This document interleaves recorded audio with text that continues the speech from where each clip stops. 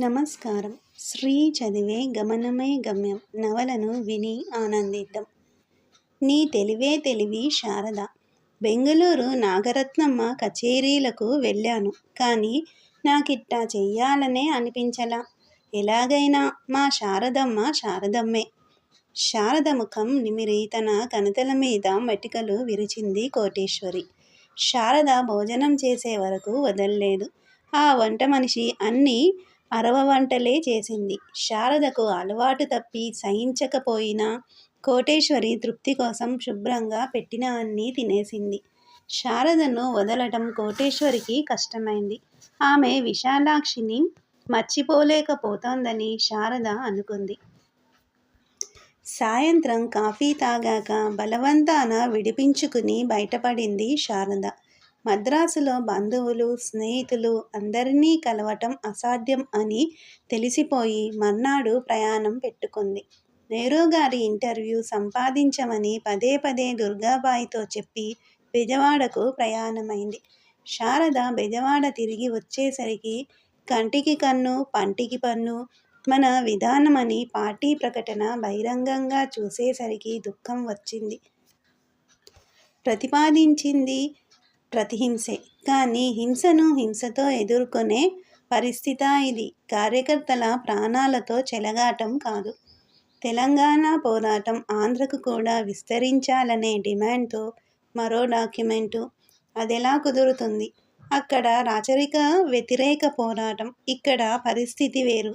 కానీ ఎవరితో చెప్పాలి? అందరూ రహస్య జీవితంలో ఉన్నారు. ఢిల్లీ ప్రయాణంలో సేదదీరింది శారద. దుర్గ చాలా గంభీరంగా ఉంటుంది గాని హాస్యాన్ని ఆనందిస్తుంది. దుర్గ పెదవులు ఆలోచనలతో బిగించినట్టు ఉంటాయి. 2 రోజులు రైల్లో దుర్గాబాయి చిరునవ్వును చూసే అదృష్టం కొందరికి కలిగిందంటే అది శారద పుణ్యమే. కాకినాడ కాంగ్రెస్ సభల నుండి 2 జ్ఞాపకాలు కలబోసుకున్నారు.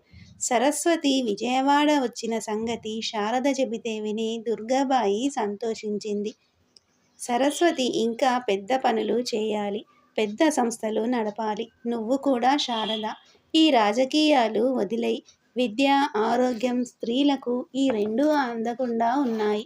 నేను ఆంధ్ర మహిళా సభను చాలా విస్తరిస్తాను. స్త్రీలకు విద్యను దగ్గర చేస్తాను. వృత్తి విద్యలు, పరిశోధన వీటన్నిటిలో చాలా చేయాలి. అదే నా జీవితాశయం. నా సమస్త శక్తులు దానికే ధారపోస్తా. నువ్వు ఆరోగ్యం విషయంలో అలాంటి పని చెయ్యి.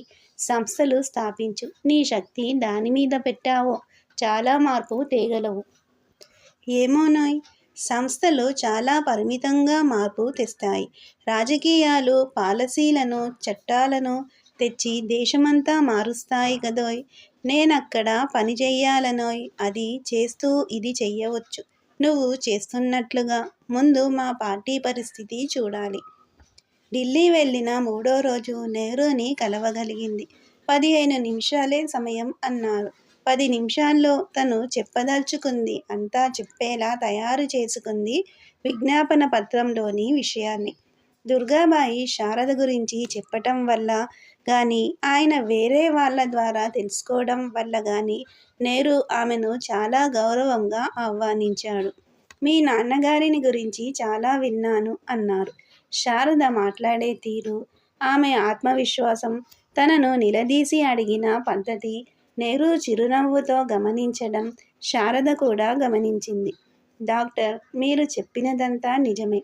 కానీ మీ పార్టీ కంటికి కన్ను, పంటికి పన్ను విధానం అనుసరించాలని నిర్ణయించుకున్నదని విన్నాను. అలాంటి పరిస్థితుల్లో నేను మీ రాష్ట్ర ప్రభుత్వంతో ఏం చెప్పి ప్రయోజనం ఉండదు. మిమ్మల్ని ఒకటి అర్థిస్తున్నాను. మీ కేంద్ర రాష్ట్ర నాయకత్వాలను పోరాట విరమణ చేస్తున్నట్లు ఒక్క ప్రకటన ఇచ్చేలా చేయండి. మీరడిగినవన్నీ నేను చేస్తాను. మీరు ఈ నిషేధాలు, నిర్బంధాలు ఆపేస్తున్నారని ప్రకటించండి. ప్రకటించడం కాదు, నిషేధం ఎత్తివేయండి. పోరాట విరమణ జరుగుతుంది. మాలో కూడా చాలామంది పోరాట విరమణ కోరుతున్నాము. నెహ్రూ నవ్వారు. అది నాకు తెలుసు. కానీ ముందు మీరు ప్రకటించకుండా ప్రభుత్వం దిగిరాదు. ప్రభుత్వాధినేతగా నేనా పని చెయ్యలేను. అర్థం చేసుకోగలను నవ్వింది శారద. మీ ధైర్యాన్ని, నిజాయితీని, నవ్వగలిగే స్వభావాన్ని మెచ్చుకోగలను, కానీ మీరడిగింది చేయలేను. కానీ డాక్టర్, మీలాంటి వాళ్ళు కావాలి స్వతంత్ర భారత నిర్మాణానికి. మీ ప్రాణాలు చాలా విలువైనవి. దేశానికి కావాలవి. జాగ్రత్త. తనకిచ్చిన సమయం అయిపోయిందని శారద లేవబోయింది. నెహ్రూ ఆపి, ఆరోగ్య విషయాల్లో, ప్రభుత్వ పాలసీల తయారీలో మీరు సహాయం చేయాలి అన్నాడు. శారద స్త్రీల ఆరోగ్యం, శిశుమరణాల గురించి 10 నిమిషాలు మాట్లాడి, మీరు ఒక్క 10 పనులు ప్రభుత్వం నుంచి నిజాయితీగా చేస్తే మంచి మార్పు వస్తుంది అంది. ప్లీజ్ అవి నాకు రాసి పంపండి. ఆరోగ్య శాఖ మంత్రికి పంపండి అన్నాడు. అరగంట తరువాత శారద బయటికి వచ్చింది. దుర్గకు కృతజ్ఞతలు చెప్పి బయటపడింది. ఆరోగ్య విషయాల గురించి నెహ్రూ ఆసక్తి దుర్గకి చెబితే, నే చెప్పలేదా, నువ్వు ఆరోగ్యం మీద కేంద్రీకరించి పనిచెయ్యాలి అంది దుర్గ. వచ్చిన పని అయినట్లు కాదు, కానట్టు కాదు. ఇది చెబితే పార్టీ ఏమంటుందో.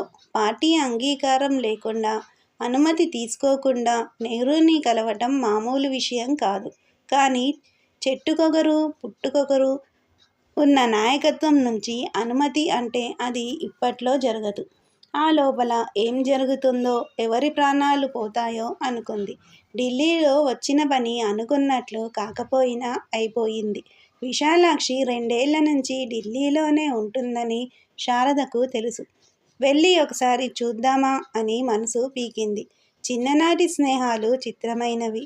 వాళ్ళెలా ఉన్నా వాళ్ళను వాళ్ళలాగే ఆమోదించి ప్రేమించగలగటం ఆ స్నేహంలోని విచిత్రం, అందం. దుర్గని అడిగితే విశాలాక్షి అడ్రసు సంపాదించింది. ముందుగా ఫోన్ చేసి వెళ్తే మంచిదని, లేకపోతే ఒక్కోసారి ఆఫీసర్లు మంత్రులతో మీటింగులతో చాలా ఆలస్యంగా ఇళ్ళకొస్తారని దుర్గ చెబితే శారదకు నవ్వొచ్చింది, సంతోషమూ కలిగింది. విశాలాక్షి తన చిన్ననాటి స్నేహితురాలు, తను అపాయింట్మెంట్ తీసుకుని వెళ్ళే స్థాయికి ఎదిగింది అని నవ్వుకుంది. అసలు అపాయింట్మెంట్ ఇస్తుందో ఇవ్వదో అని మరికాస్త నవ్వుకుంది. శారద ఫోన్ చేస్తే విశాలాక్షి ఒక పట్టాన దొరకలేదు.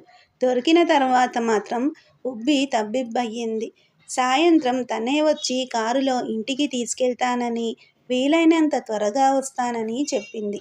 ఆ పగలు శారద బంధువులను చూసే పని పెట్టుకుంది. శారద వచ్చిందని తెలిసిన ఆంధ్ర ప్రాంత నాయకులు, ప్రముఖులు ఫోన్లు చేసి తమ ఇళ్లకు ఆహ్వానించారు. ఇంత హడావిడిలో శారద మనసు మాత్రం విశాలాక్షి కోసమే కొట్టుకుంటోంది. సాయంత్రం 6 గంటలకు విశాలాక్షి కారు వచ్చింది. విశాలాక్షి కారులోనే ఉండి డ్రైవర్ని పంపింది శారదను తీసుకురమ్మని. శారదను కారులోకి లాక్కుంది విశాలాక్షి. ఎన్నేళ్ళయింది శారదా నిన్ను చూసి? 10 ఏళ్ళనుకుంటా. ఎలా ఉన్నావోయ్? విశాలాక్షి అందంగా, ఆరోగ్యంగా, హుందాగా ఉందని తెలుస్తూనే ఉన్నా అడిగింది శారద. నాకేం, దివ్యంగా ఉన్నా. ఢిల్లీ జీవితం నాకు బాగా నచ్చింది. మన పనేమో మనమేమో పట్టించుకునే వారుండరు. అత్తామామలు ఇక్కడికి రారు కాబట్టి ఇంటికి నేనే రాణి. ఇప్పుడు మా ఆయన కంటే నాకే పెద్ద హోదా తెలుసా? పోయిన నెలలోనే పెరిగింది. పిల్లలు మంచి స్కూళ్ళలో చదువుతున్నారు. ఎక్కడో తెలుసా? డూన్ స్కూల్లో. ఊహించగలవా? విశాలాక్షి పిల్లలు డూన్ స్కూల్లో చాలా బాగా చదువుతున్నారు. అన్నపూర్ణ ఎలా ఉంది? మీరు వేరువేరు పార్టీలు గదా, స్నేహం ఉందా పోయిందా? శారద సమాధానాల కోసం ఆగకుండా విశాలాక్షి మాట్లాడుకుంటూ పోతోంది. శారదకు చాలా సంతోషం అనిపించింది. విశాలాక్షి ఇల్లు పెద్దది, చాలా బాగా అమర్చుకుంది. నౌకర్లు ఆమెకేది కావాలో తెలిసినట్టు చెప్పకముందే అన్ని పనులు చేస్తున్నారు. పిల్లల ఫోటోలు చూపించింది. పెద్దవాడికి ఈ సంవత్సరంలో అయిపోతుంది. ఇంగ్లాండ్ పంపిద్దామా అనుకుంటున్నాను. వాడికి నాలాగే ఎకనామిక్స్ ఇష్టం. లండన్ స్కూల్ ఆఫ్ ఎకనామిక్స్లో సీటొస్తే అదృష్టవంతుడు. అదుగో నా కూతురు మధులత. దీనికి చదువు అంటే తలనొప్పి. బొమ్మలు గీస్తుంది, వయోలిన్ వాయిస్తుంది, నాటకాలు రాస్తుంది, వేస్తుంది.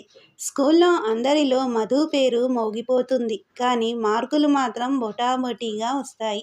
దాన్నేం చెయ్యాలో నాకు తెలియటం లేదు. ఆ పిల్లకిష్టమైన కళలో పండితురాలవుతుందిలే. స్వేచ్ఛగా వదిలేయ్. ఏమో, నాకు ఆ కలలు గిలలు వద్దనిపిస్తోంది. కానీ ఇప్పుడు పరిస్థితి వేరుగా ఉంది.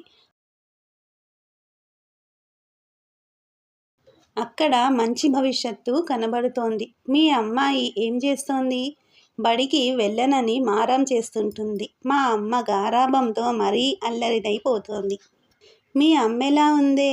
నాకు చూడాలని ఉంది. చిన్నప్పటి నుంచి ఎంత బాగా పలకరించి ఏవేవో తినటానికి పెట్టి ఎంత ప్రేమగా ఉండేవారో. మా అమ్మ బాగుంది. వయసు పెరుగుతోందిగా. పూర్వంలా తిరిగి పని చెయ్యలేక పోతున్నానని బాధపడుతుంటుంది. నేను ఈ మధ్య మీ అమ్మను చూశాను విశాలాక్షి ముఖం ఒక్కసారి ఉదాసీనమైపోయింది. ఒక్కసారి వెళ్ళి అమ్మను చూడరాదా? లేదా ఆమెను పిలిపించి నీ హోదా వైభవం చూపరాదా? ఆమె కూడా సిరి సంపదలతో తులతూగుతోందిగా. ఈ రోజుల్లో సినిమా తారలకున్న పేరు ముందు మాలాంటి ఆఫీసర్లు హోదా ఎంత? నే వెళ్ళి చూడకపోతే ఆమెకు లోటేమీ లేదులే. చాలా లోటు.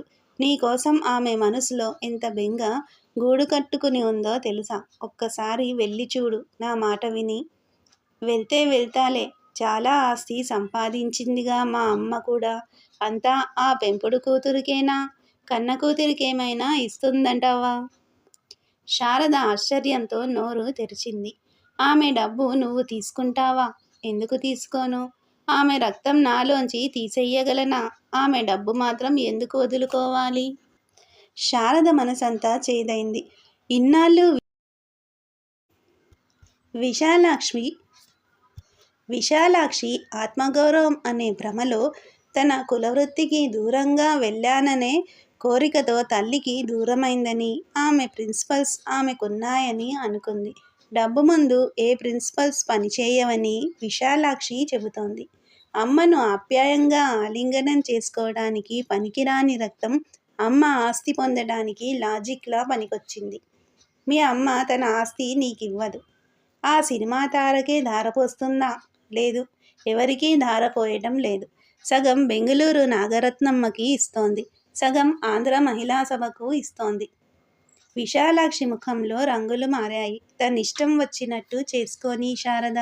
ఇంక మా అమ్మ గురించి మాట్లాడకు. వదిలేయ్. నేను తల్లి తండ్రి లేని అనాథను. అలాగని గుండెరాయి చేసుకున్నాను. మళ్ళీ దాన్ని రేపకు. పమిట చెంగుతో ముఖం దాచుకుని ఏడ్చేసింది విశాల. అమ్మ కోసమా? డబ్బు కోసమా? అర్థం అయ్యి కానట్టుంది శారదకు. మానవ మనస్తత్వం అర్థం చేసుకోవడం తేలిక కాదు. విశాల అచ్చంగా డబ్బు కోసమే ఏడవడం లేదేమో. డబ్బు ఒక లింకు అనుకుందేమో. అది కూడా తెగిందని ఏడుస్తుందేమో. తల్లిని ప్రేమించకుండా ఉండటం కష్టం. విశాల మనసు ఎంత కష్టపెట్టుకుని తల్లికి దూరమైందో. కులం, కులవృత్తులు మొత్తం మానవ సంబంధాలన్నిటినీ ఏదో ఒక రకంగా శాసిస్తున్నాయి.